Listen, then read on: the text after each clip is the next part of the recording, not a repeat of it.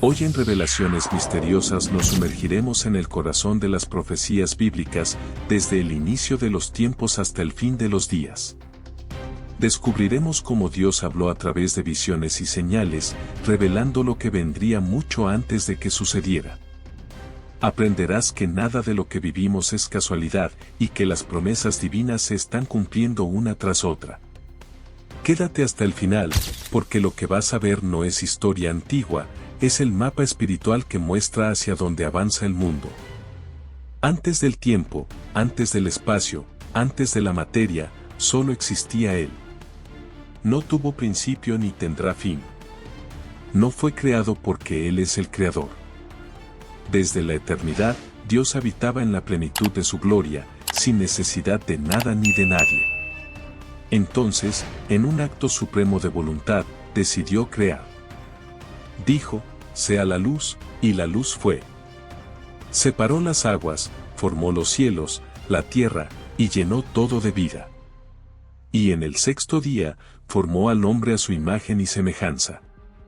Adán y Eva fueron más que simples criaturas, fueron portadores del soplo divino, mayordomos del Edén, habitantes de un paraíso perfecto.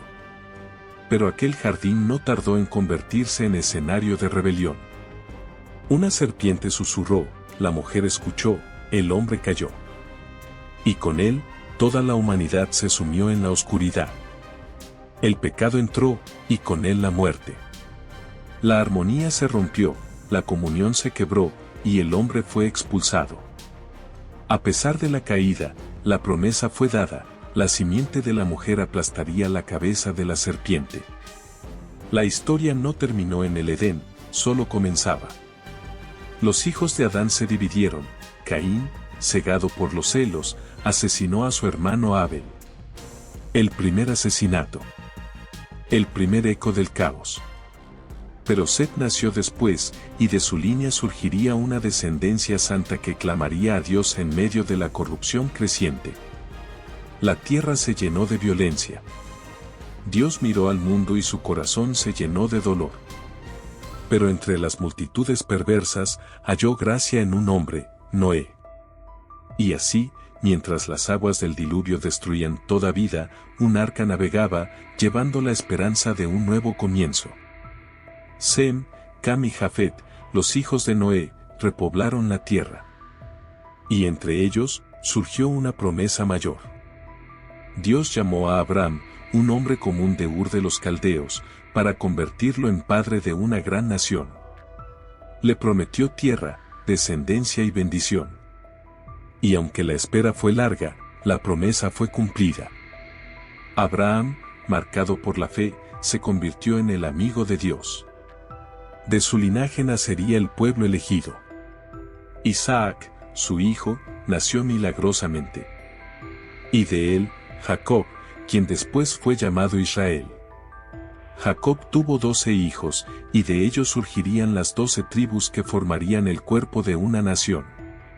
Uno de esos hijos, José, fue vendido como esclavo por sus propios hermanos, pero se convirtió en gobernador de Egipto por providencia divina.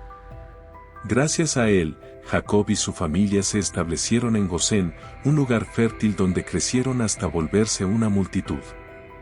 Pero con el paso de los años, un nuevo faraón se levantó, y comenzó la opresión. La esclavitud se hizo insoportable. Los latigazos, las órdenes, el sudor y las lágrimas llenaron las jornadas. Pero Dios escuchó el clamor de su pueblo. Levantó a un libertador, Moisés.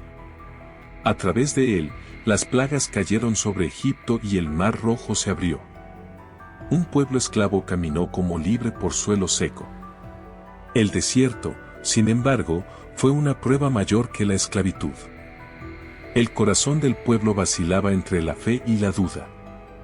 Dios les proveyó maná, agua de la roca, dirección en columna de nube y fuego. Aún así, la incredulidad los condenó a 40 años de vagar sin rumbo. Solo Josué y Caleb, hombres de fe, pisaron la tierra prometida. Bajo el liderazgo de Josué, Israel conquistó Canaán. Pero, al morir él, comenzó un ciclo oscuro, el tiempo de los jueces. Israel olvidó a su Dios una y otra vez. Caían en la idolatría, eran oprimidos, clamaban, y Dios los rescataba mediante libertadores como Débora, Gedeón y Sansón. Pero el corazón del pueblo ansiaba un rey, como las naciones vecinas. Aunque Dios deseaba ser su único soberano, cedió ante su insistencia. Saúl fue el primero, un hombre que comenzó bien pero terminó rebelde. Le siguió David, el pastor que se convirtió en rey. Un hombre conforme al corazón de Dios, aunque no exento de fallos. A él le siguió Salomón, el rey sabio que construyó el templo, pero que se perdió entre mujeres y dioses ajenos. La era del Reino Unido duró 120 años. Luego vino la división. 10 tribus formaron el reino del norte, Israel, y 2 el del sur, Judá. Los del norte se sumergieron en idolatría, nunca tuvieron un rey piadoso. Los del sur alternaron entre la luz y la sombra, con reyes como Ezequías y Josías que trataron de restaurar el corazón del pueblo hacia su Dios. Mientras el pueblo se alejaba de Dios, él no guardó silencio. Levantó voces proféticas para advertir, corregir y recordar sus promesas. Isaías clamó con pasión, anunciando tanto juicio como redención. Jeremías lloró por Jerusalén mientras profetizaba su caída.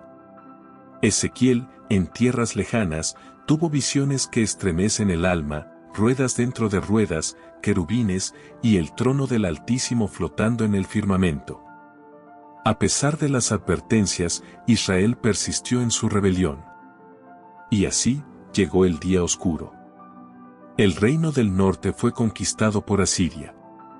Más tarde, Nabucodonosor, rey de Babilonia, destruyó Jerusalén, quemó el templo y llevó al pueblo al exilio. Era como si la luz se hubiese apagado. El pueblo de Dios estaba en tierra extraña. Cantaban sus lamentos junto a los ríos de Babilonia, y muchos pensaron que todo había terminado. Pero en medio del exilio, Dios seguía obrando. Daniel, un joven exiliado, fue elevado a posiciones de poder. Y no solo eso, recibió visiones de reinos futuros, de bestias, de cuernos y de un reino eterno que vendría a destruirlos a todos. A través de profecías como la de las 70 semanas, Dios reveló que vendría un ungido, un Mesías. Y no vendría como guerrero, sino como siervo sufriente. Isaías 53 lo describió con precisión, herido por nuestras rebeliones, molido por nuestros pecados. Como cordero llevado al matadero. Después de 70 años, Dios tocó el corazón de Ciro, rey de Persia, y permitió que los judíos regresaran. Zorobabel reconstruyó el templo, Nehemías los muros, y Esdras restauró la ley. Pero aunque estaban de vuelta en su tierra, algo faltaba, el arca no estaba, el fuego del altar no descendía, la gloria del templo no llenaba el lugar. La expectativa era palpable. El pueblo sabía que aún faltaba la manifestación del Mesías. Y entonces, el cielo guardó silencio. Durante más de 400 años, no hubo palabra profética. No hubo señales, ni visiones, ni voces desde el cielo. Fue como si Dios hubiera cerrado el libro y se hubiera retirado. Pero no era abandono, era preparación. En el tiempo exacto, cuando los caminos romanos estaban listos, cuando el imperio unificaba al mundo, la profecía se activó. Una joven virgen de Nazaret escuchó el saludo de un ángel: concebirás en tu vientre y darás a luz un hijo, y llamarás su nombre Jesús. Era el cumplimiento de siglos de promesas. El Hijo de Dios entraba al mundo, no en un palacio, sino en un pesebre. Creció en sabiduría, en estatura y en gracia. Pero su ministerio comenzó en el desierto, donde fue tentado por Satanás. Allí venció. Luego predicó, sanó, expulsó demonios y enseñó con autoridad. Sus palabras desafiaban a los religiosos y daban esperanza a los quebrantados. Sin embargo, no fue aceptado por los suyos. Fue traicionado, acusado injustamente y clavado en una cruz romana. pero su muerte no fue una derrota. Fue el sacrificio perfecto. El Cordero de Dios que quita el pecado del mundo.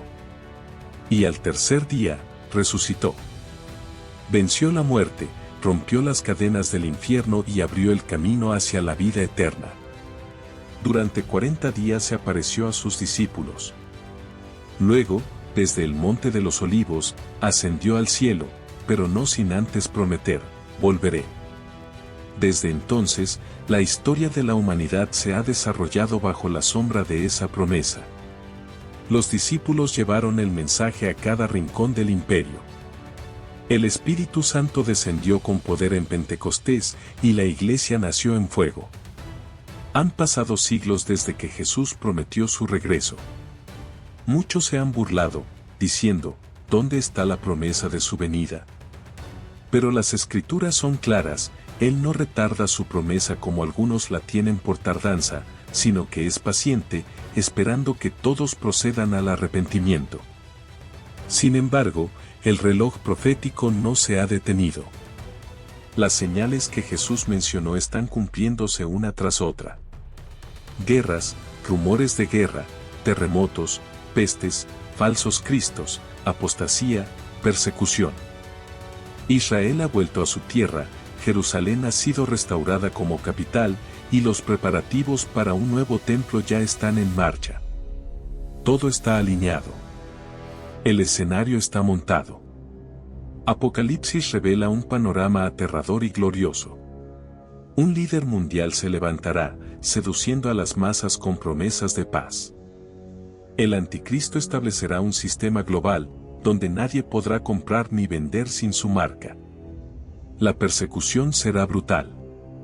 Pero en medio de esa oscuridad, Dios levantará a sus testigos, derramará su espíritu y protegerá a su pueblo fiel. Y entonces, cuando el mundo crea haber vencido, los cielos se abrirán. Juan escribió, vi el cielo abierto, y he aquí un caballo blanco, y el que lo montaba se llamaba Fiel y Verdadero, y con justicia juzga y pelea. Cristo regresará, no como cordero, sino como león. No vendrá a sufrir, sino a gobernar. Sus ojos como llamas de fuego, su voz como estruendo de muchas aguas, y en su vestidura un nombre escrito, Rey de Reyes y Señor de Señores. Con un soplo de su boca destruirá al impío. El anticristo y el falso profeta serán arrojados vivos al lago de fuego. Satanás será atado por 1000 años.